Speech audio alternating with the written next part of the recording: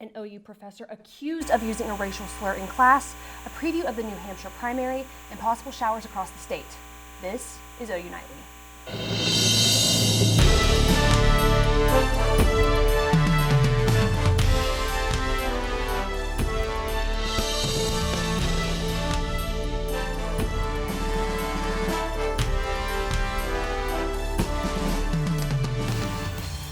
Thanks for joining us for OU Nightly. We're going to begin with coverage on some weather storms and some winter storms. Possible storms up in the north side of the state, so we're going to toss it over to Jack Maney at weather. Jack, what's the latest? Thank you, Dylan. Right now, we're looking at our future radar. This is about what radar looks like right now out across the state. There's some showers across southeastern Oklahoma, but those showers will stay down there this afternoon. But we're watching a big wave of rain that's going to come out of Texas tonight. That's going to possibly have a little bit of winter weather mixed in with it as that moves across to over tonight. We're going to be watching that forecast very closely. It's a very tricky one. Taylor Stephenson is down at the National Weather Center right now. She's going to explain a little bit about why winter weather is so hard. Okay. So Taylor Stephenson is actually not going to be joining us. We're having a little bit of technical difficulties out there right now. But right now, the big story, winter weather tonight, possibly. I'm not too sold on it. I don't think we're going to see much more than rain here in central Oklahoma. Cold front comes in on Thursday morning, and then another weekend warm-up coming up this weekend. So I'll toss it back to the anchors now.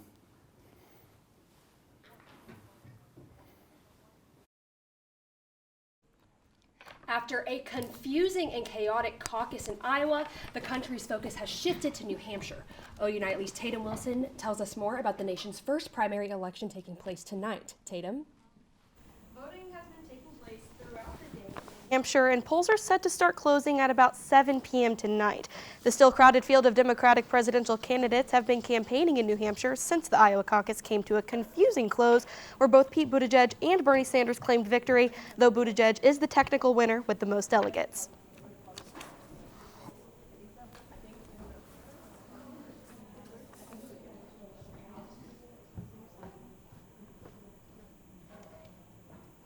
I think what you're seeing here in New Hampshire, you saw it in Iowa, I think you're seeing it all over this country. We have momentum right now and are in a great position for a good night. Pete Buttigieg is just behind him. Joe Biden announced he's already moving on to South Carolina, the next primary state. The former vice president has been downplaying expectations in New Hampshire after coming in fourth in the Iowa caucus. But I'm anxious to get to South Carolina and Nevada. Ree and I have talked about this before. I view this as, a package of four, just out of the gate. Today, on his way out, Biden said he's still mildly hopeful about New Hampshire.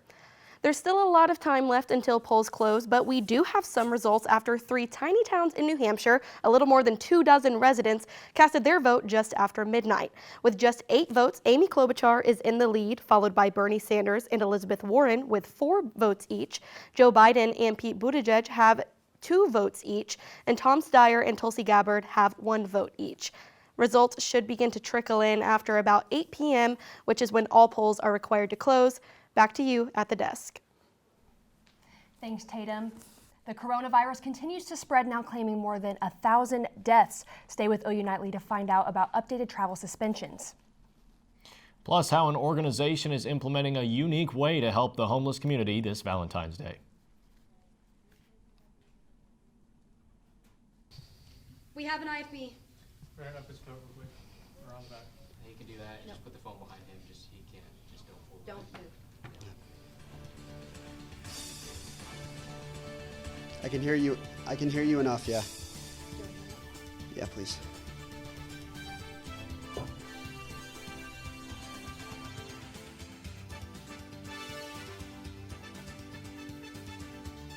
To OU Nightly, safety precautions to be put in place as the death toll rises from the coronavirus. Shannon Ehrhardt joins us in the News Center. Shannon? Thanks, guys. The deadly coronavirus still has no cure, claiming more than 1,000 lives as of today. Cases top 43,000 worldwide, with 13 confirmed cases in the U.S.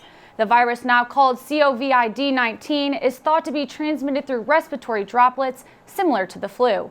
As for air travel, American Airlines extended its flight suspensions to mainland China and Hong Kong through late April and continued to make adjustments as necessary.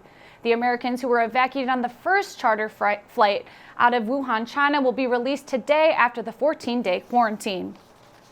And a fatal shooting in Orlando, Florida, left one woman dead inside an Under Armour at the Outlet Mall Monday night. A former employee who had been fired earlier that day entered the store and shot a woman working there. The suspected gunman, Daniel Everett, fled the scene after killing 37-year-old Eunice Vasquez. Allegedly, Everett sent an email to some employees he felt to blame for his firing, Vasquez being one of them. The gunman is still on the loose and is wanted for first-degree murder. A third federal prosecutor quit the Roger Stone case this afternoon. That follows the Justice Department backing away from its initial sentencing recommendation. And in New York, authorities arrested a man accused of running a sex cult out of his daughter's dorm room, manipulating and abusing her school friends for nearly a decade. Thanks, Shannon. And there is nothing quite like getting a fresh bouquet of flowers this Valentine's Day. More with that when we come back.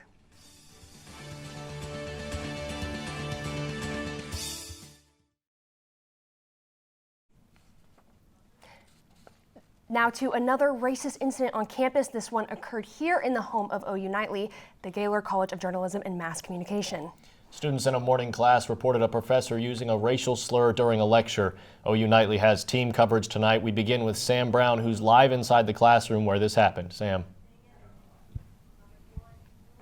Well, Dylan and Madison, it was here in this classroom that a regular morning capstone class took quite the unexpected turn, and since then the news quickly caught fire on campus. Every Tuesday and Thursday morning, journalism students gather at Gaylord College for Dr. Peter Gates' senior capstone meeting, which, according to an anonymous student from the class, is intended to encourage class interaction. We're talking about shedding some of our morals, values, beliefs in order to produce the best stories that we can. But according to several other students in the class, when a discussion arose about biases and social media, Gates stated, quote, "Calling someone a boomer is like calling someone the N-word." You could see the vibe, the emotion, the climate of the class completely changed in a way where we were disheartened. Students met with Dean Ed Kelly shortly thereafter, and he took immediate action as an outlet for students.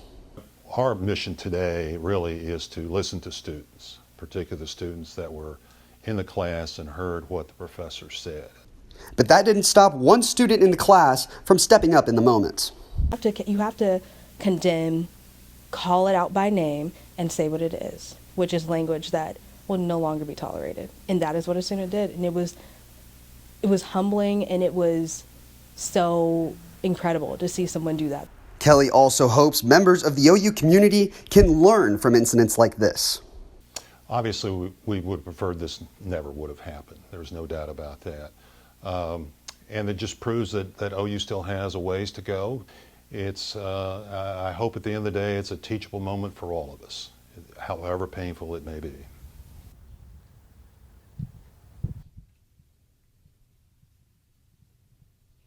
Now, when I met with Dean Kelly this morning, he told me he plans on sitting down with the college's other two deans and Dr. Gates sometime this afternoon. Reporting live inside Gaylord College, Sam Brown, OU Nightly. Thanks, Sam. As word of the incident spread across campus, several groups took action. One is the Black Emergency Response Team, a group of students who organized after a series of racist events on campus. OU Nightly's Cal Day continues our team coverage tonight. Cal, you talked to one of the group leaders. Yeah, that's right, Madison. I spoke to her just a few moments ago, and the student leader that I spoke with did not mince her words at all. Her reaction to what Dean Kelly said about this being a teachable moment was very strong. Who are we teaching? Are you teaching me? Because what? What? Teach me how to run like a dog across campus to answer interviews? Are you teaching your faculty and staff how not to be oppressive or racist? Are you teaching your faculty and staff how to be welcoming of other identities? Are you teaching your faculty, staff, and students how to handle these identities in the classroom? Not tolerate, but encourage and include. Now, the National Association of Black Journalists is showing support for those OU students tonight. In a statement sent out today, they said they stand with OU students in their time of need.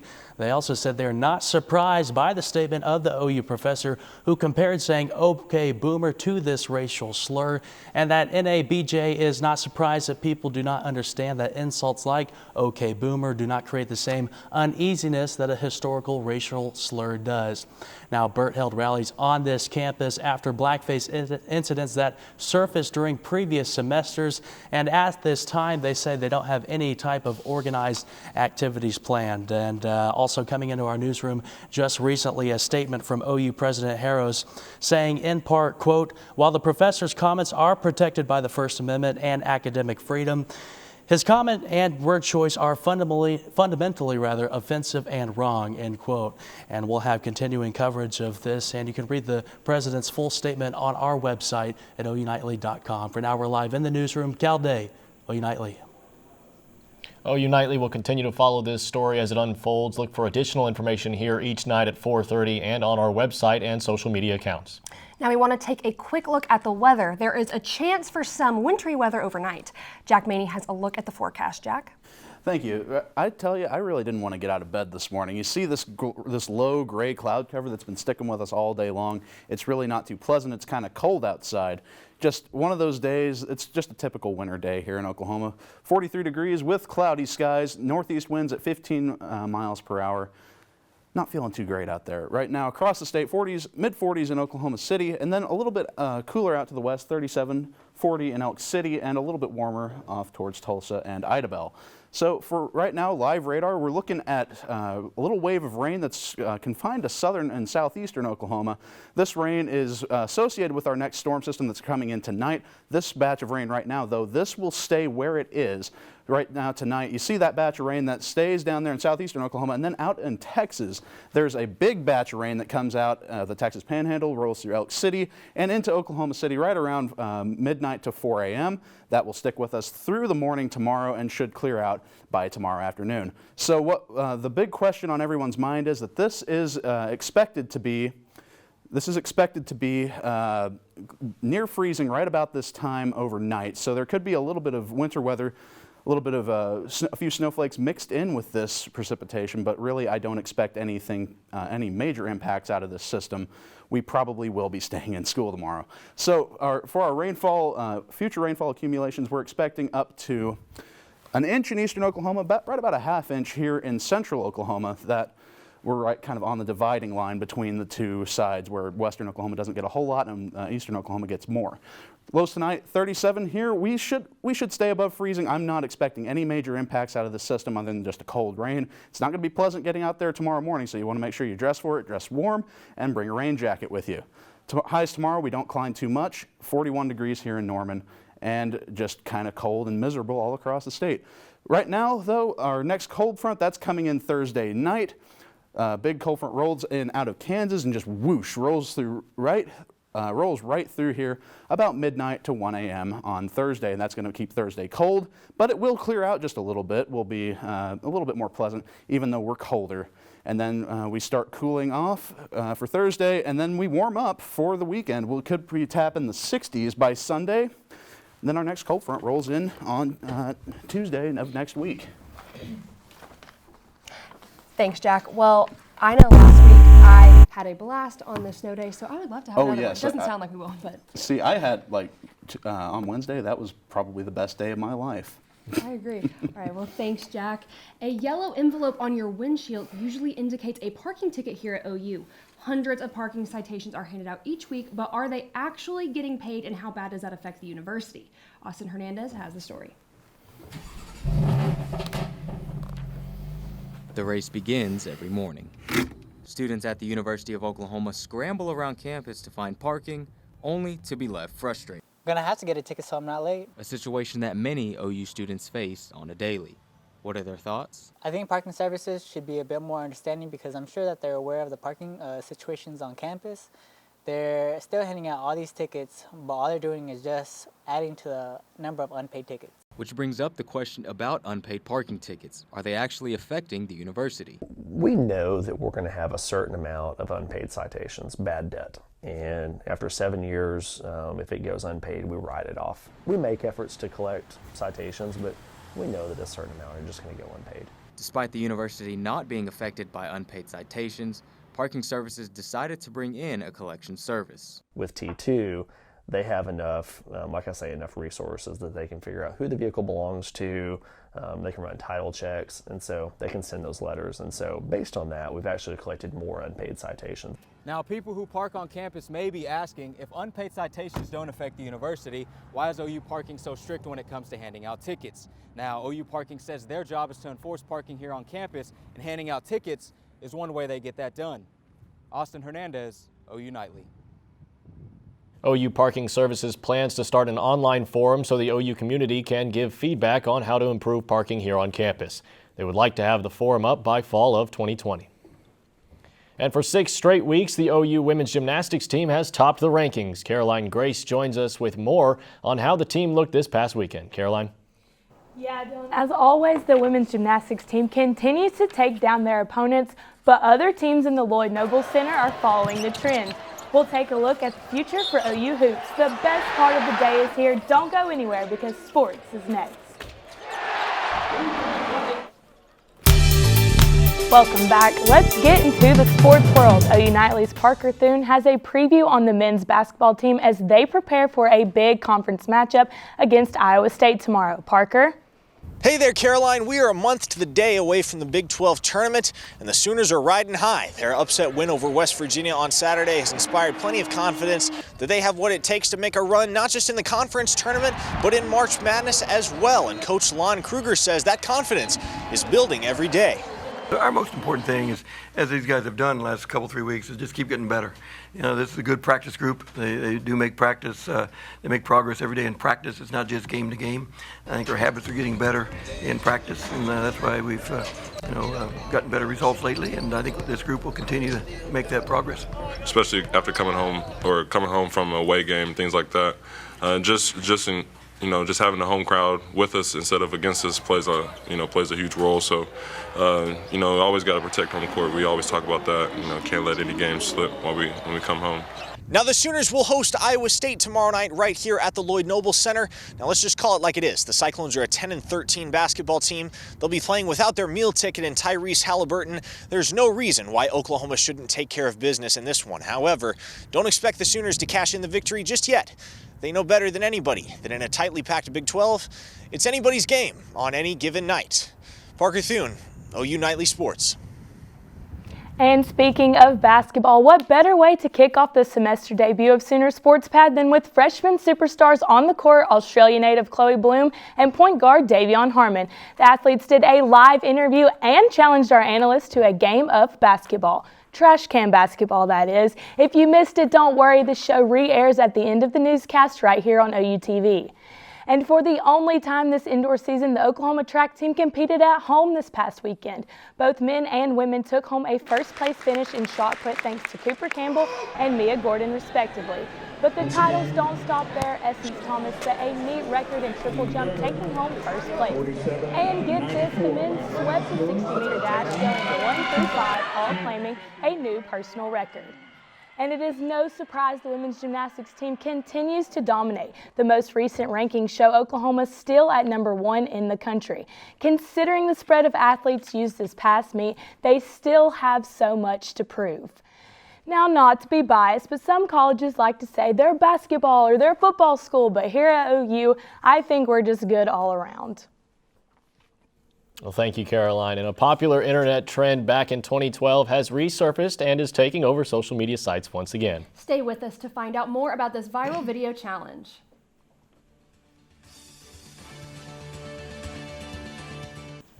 Welcome back to OU Nightly. I'm Emma Landeros at the OU Nightly Update Desk. There's new information tonight about the more fatal hit-and-run accident that killed 2 teens last week. A crash report shows the suspect was driving 79 miles per hour in a 25-mile-per-hour zone at the time of impact. One of the students killed was honored this morning at the Moore Baptist Church. The driver, Max Leroy Townsend, remains in the jail at a $1.2 million bond. He faces 2 counts of manslaughter, among other charges. Back to you at the desk.